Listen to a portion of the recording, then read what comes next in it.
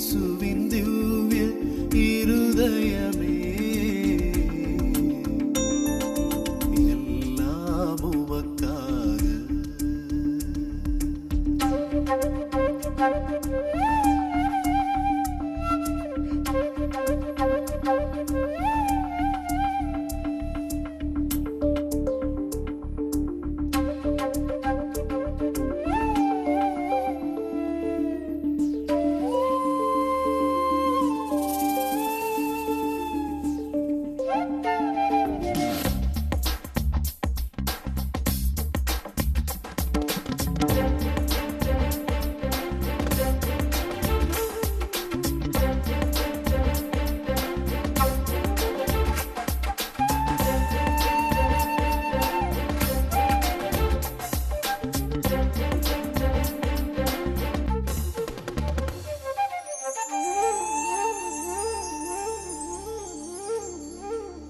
எந்தன் சிந்தனை சொல்லனைத்தும், எந்தன் செயல்கள் ஒவ்வொன்றும்,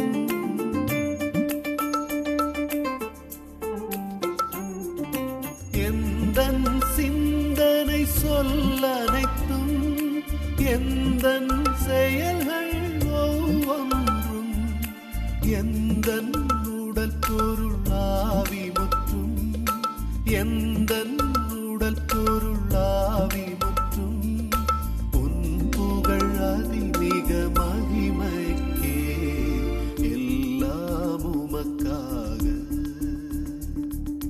இயேசுவின் திவ்ய இருதயமே, எல்லாம் உமக்காக.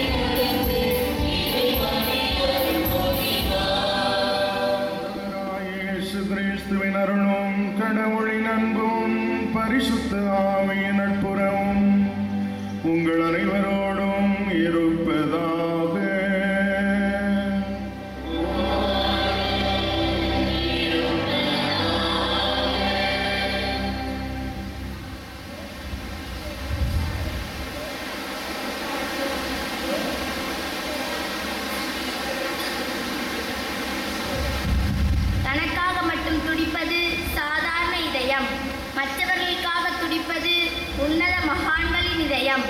ஆனால் இயேசுவின் இதயம் நமக்காக துடிக்க மட்டும் செய்யவில்லை, துவண்டது, வலிகளை தாங்கியது, வாழ்வு தந்தது. நல்ல ஆயன் காணாமல் போன ஒரு ஆட்டினை தேடி அலைந்து அது கிடைத்த பின் மட்டில்லா மகிழ்ச்சி கொள்வது போல பாவத்தினால் சிதறுண்டும் காணாமலும் போன நம்மை தேடி மீட்கவே தந்தையால் உலகிற்கு அனுப்பப்பட்டார். எனவே நம்மை பிடித்திருக்கும் பகைமை உணர்வுகளை உதறிவிட்டு இயேசுவின் திடீர் அன்பை பற்றி கொண்டு வாழ வரம் கேட்டு உருக்கமுடன் திருப்பலியில் பங்கு கொள்வோம். மனம் வருந்தி மன்னிப்பு வேண்டுவோம். எல்லாம் வல்ல இறைவனிடமும் சகோதர சகோதரிகளே உங்களிடமும் நான் பாவி என்று ஏற்றுக்கொள்கிறேன். ஏனெனில் சிந்தனையாலும் சொல்லாலும் செயலாலும் கடமைகள் தவறியதாலும் பாவங்கள் பல செய்தேன். என் பாவமே என் பாவமே என் பெரும் பாவமே.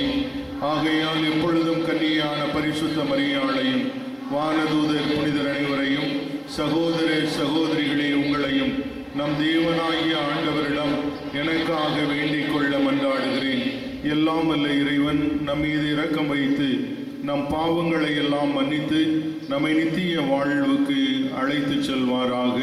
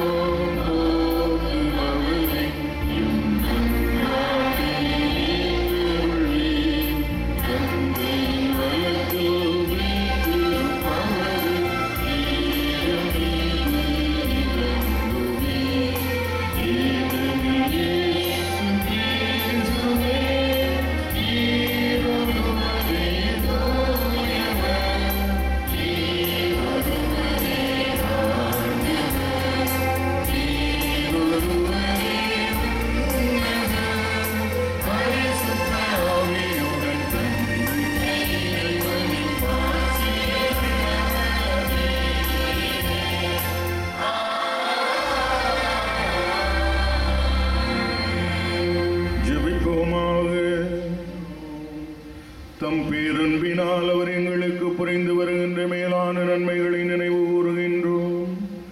உண்மையான அன்பின் ஊற்றாகிய திரு இருதயத்தில் இருந்து பொங்கி வழியும் அருளை நாங்கள் பெற்றுக்கொள்ள செய்தருளும். எங்கள் ஆண்டவராகிய கிறிஸ்து வழியாக உம்மை மன்றாடுகின்றோம்.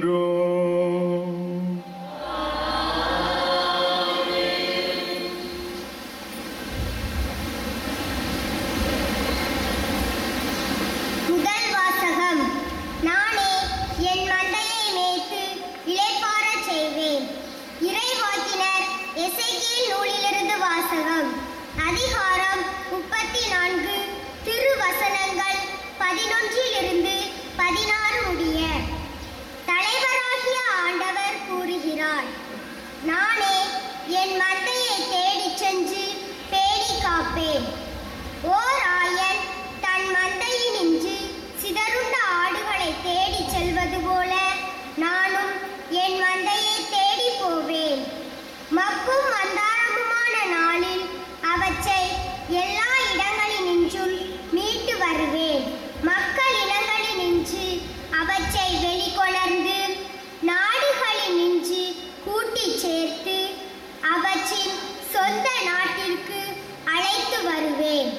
அவற்றை இஸ்ரேலின் மலைகளிலும் ஓடையோரங்களிலும் நாட்டின் எல்லா குடியிருப்புகளிலும் மேய்ப்பேன்.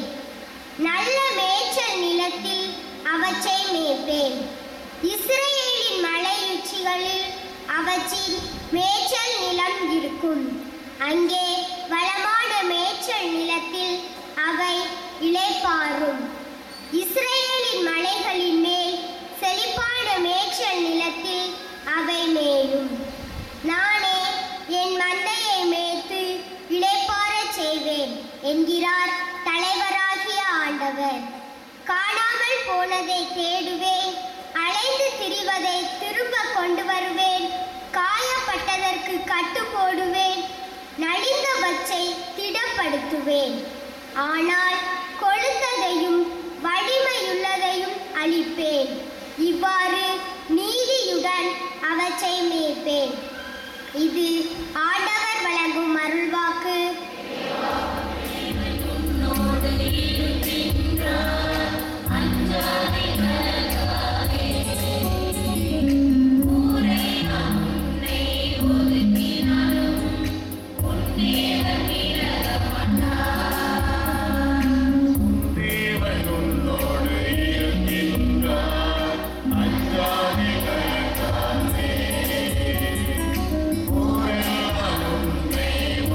Yeah.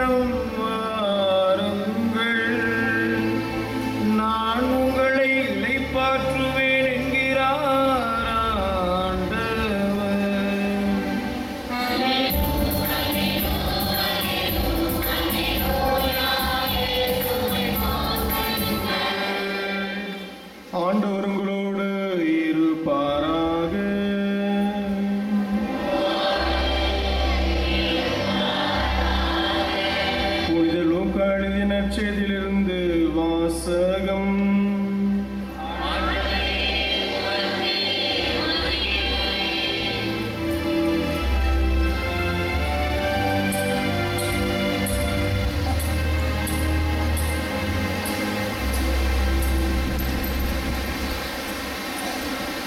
அதிகாரம் 15 திருவசனங்கள் 3-7 வரை. அக்காலத்தில் இயேசு பரிசேயர்களுக்கு இந்த ஊமையை சொன்னார். உங்களுள் ஒருவரிடம் இருக்கும் 100 ஆடுகளில் ஒன்று காணாமற் போனால் அவர் 99 ஆடுகளையும் பாலை நிலத்தில் விட்டுவிட்டு காணாமற் போனதை கண்டுபிடிக்கும் வரை தேடிச் செல்ல மாட்டாரா? கண்டுபிடித்ததும் அவர் அதை மகிழ்ச்சியோடு தம் தோள் மேல் போட்டுக் கொள்வார். வீட்டுக்கு வந்து நண்பர்களையும் அண்டை வீட்டாரையும் அழைத்து, என்னோடு மகிழுங்கள், ஏனெனில் காணாமற் போன என் ஆட்டை கண்டுபிடித்து விட்டேன் என்பார். அதுபோலவே மனம் மாற தேவையில்லா 99 நேர்மையாளர்களை குறித்து உண்டாகும் மகிழ்ச்சியை விட மனம் மாறிய ஒரு பாவியை குறித்து விண்ணுலகில் மிகுதியான மகிழ்ச்சி உண்டாகும் என நான் உங்களுக்கு சொல்கிறேன். இது கிறிஸ்துவின் நற்செய்தி.